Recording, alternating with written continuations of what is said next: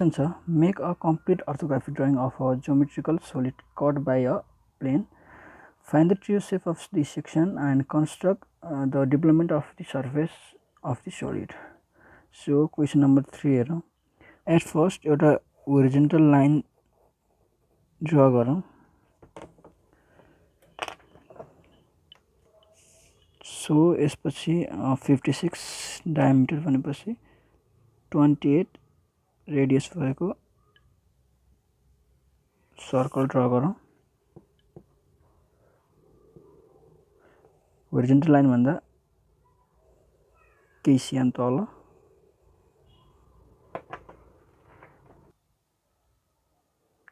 So यो भयो centre line.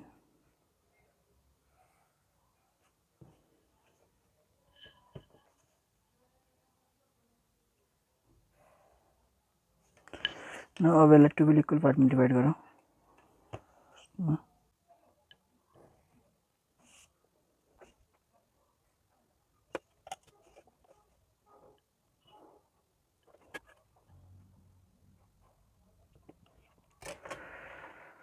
Okay. 1 2 3 4 5 6 7 8 9 10 11 12. So 12 equal पार्टमा divide गरिसकेपछि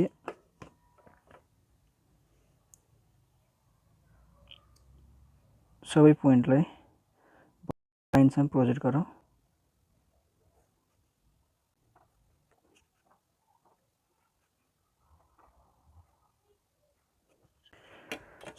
So 1 dash, this is 2 dash, 12 dash, 3 dash, 11 dash, 4 dash, 10 dash, 9 dash, 5 dash, 6 dash, 8 dash, and this is 7 dash.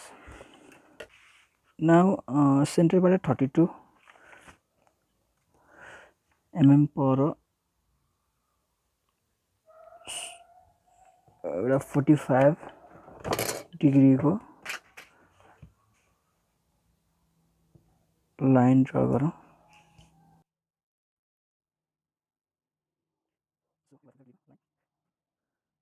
So यति गरिसकेपछि 54 mm माथि एउटा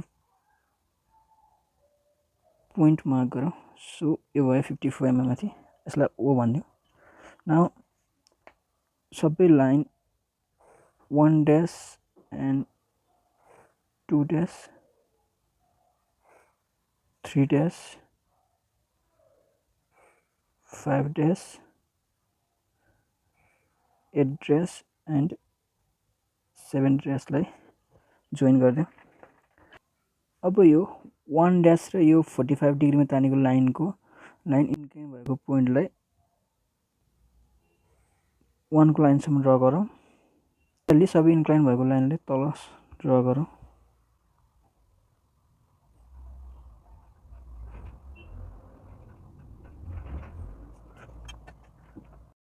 so अब चाहिँ O1 dash र 45 डिग्रीमा खिचेको लाइन इन्टरसेक्ट भएको पोइन्टलाई तल 17 लाइनसम्म प्रोजेक्ट गरौँ. सिमिलरली 2 dash O र 45 डिग्रीमा खिचेको लाइन इन्टरसेक्ट भएको पोइन्टलाई 28 लाइनसम्म प्रोजेक्ट गरौँ र पोइन्टहरू मार्क गर्दै जाउँ.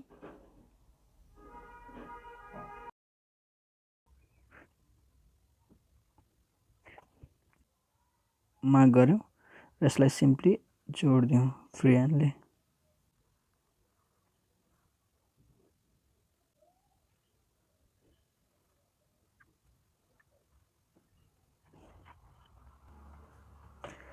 अनि यसलाई 45 डिग्रीमा एचिङ गर्दियौँ. And naming A B C D E F G H I J K L. So यो भयो हाम्रो सेक्सन.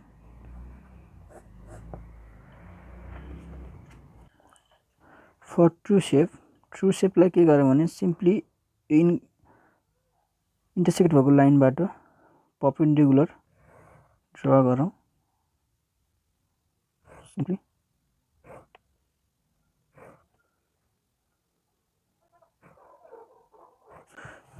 सो यति गरिसकेपछि यो पोइन्टबाट केही पर गएर 45 डिग्रीमा एउटा लाइन ड्रा गरिदियो।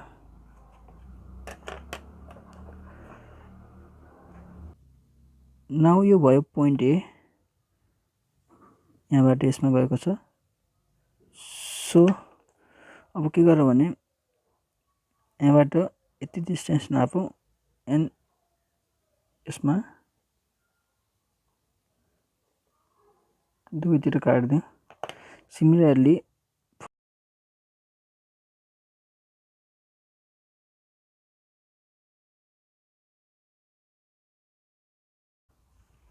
सो यति गरेपछि यसलाई जोडिदिउँ।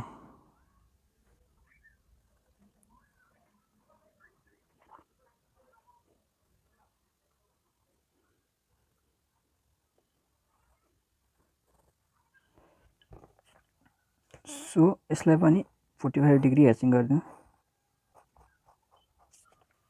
एन्ड यो भयो A B C D E F G H I J K L.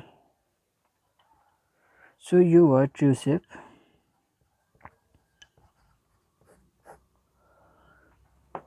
Now अब गरौँ total surface area. For total surface area O देखि 1 सम्मको रेडियस लिएर एउटा आर्क बनाऊ। सो यो भयो एउटा आर्क एन्ड यो पोइन्ट भयो ओ। अब सिम्पली के गरौँ भने 1 देखि 2 सम्मको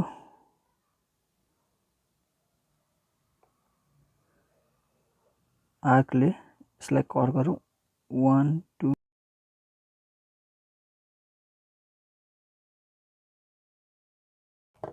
So this is 1 2 3 4 5 6 7 8 9 10 11 12 and this is 1. अब सिम्पली सबैलाई जोडिदिउँ ओसँग। सो 1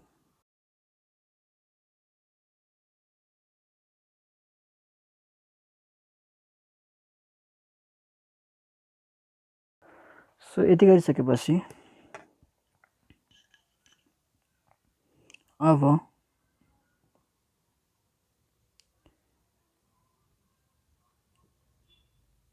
यो आर्क लिएर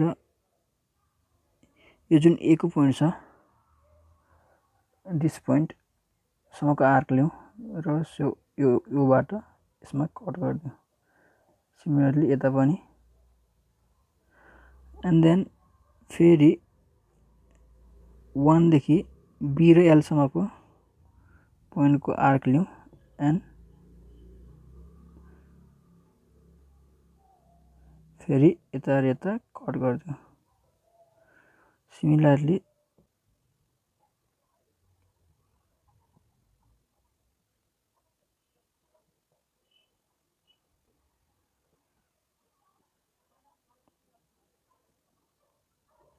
सो यति गरिसकेपछि अब सिम्पली यो सबै पोइन्टलाई जोडिदिउँ।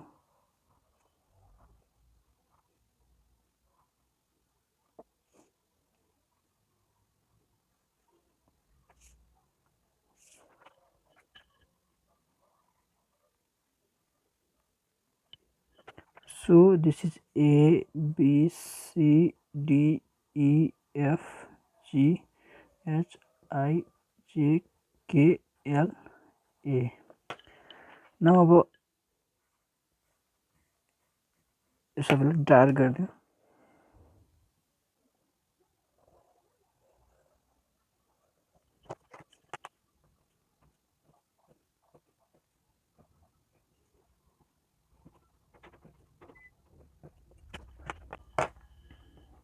सो यति गरिसकेपछि अब सिम्पली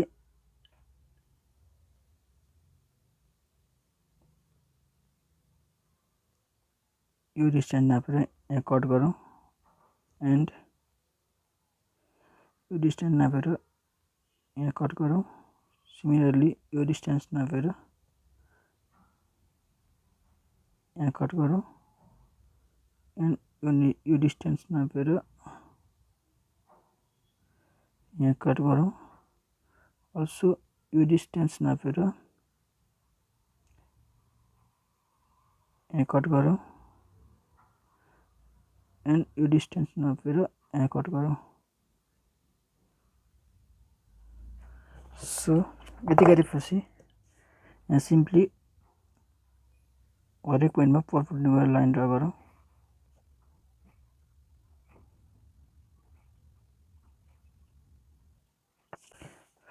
सो यति गरिसकेपछि यहाँबाट यसको डिस्टेन्स लिएर यसको डिस्टेन्स लिएर यहाँ कट गरौँ एन्ड तल पनि कट गरौँ सो सिमिलरली यसको डिस्टेन्स लिएर माथि पनि कट गरौँ एन्ड तल पनि कट गरौँ सो यसको डिस्टेन्स लिएर माथि पनि कट गरौँ एन्ड तल पनि कट गरौँ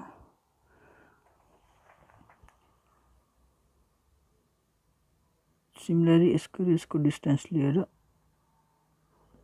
माथि पनि कट गरौँ तल पनि कट यसको डिस्टेन्स लिएर माथि पनि कट तल पनि कट सो यति गरेपछि सिम्पली यसलाई जोडिदिउँ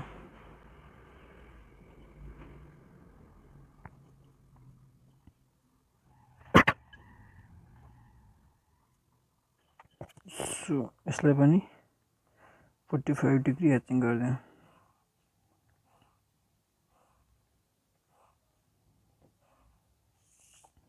सो यो भयो B C this is D E F G H I J K L so यति गरेपछि एट लास्ट ए रेडियसको 7 पोइन्टमा एउटा सर्कल ड्रा गरिदिउँ so this is a total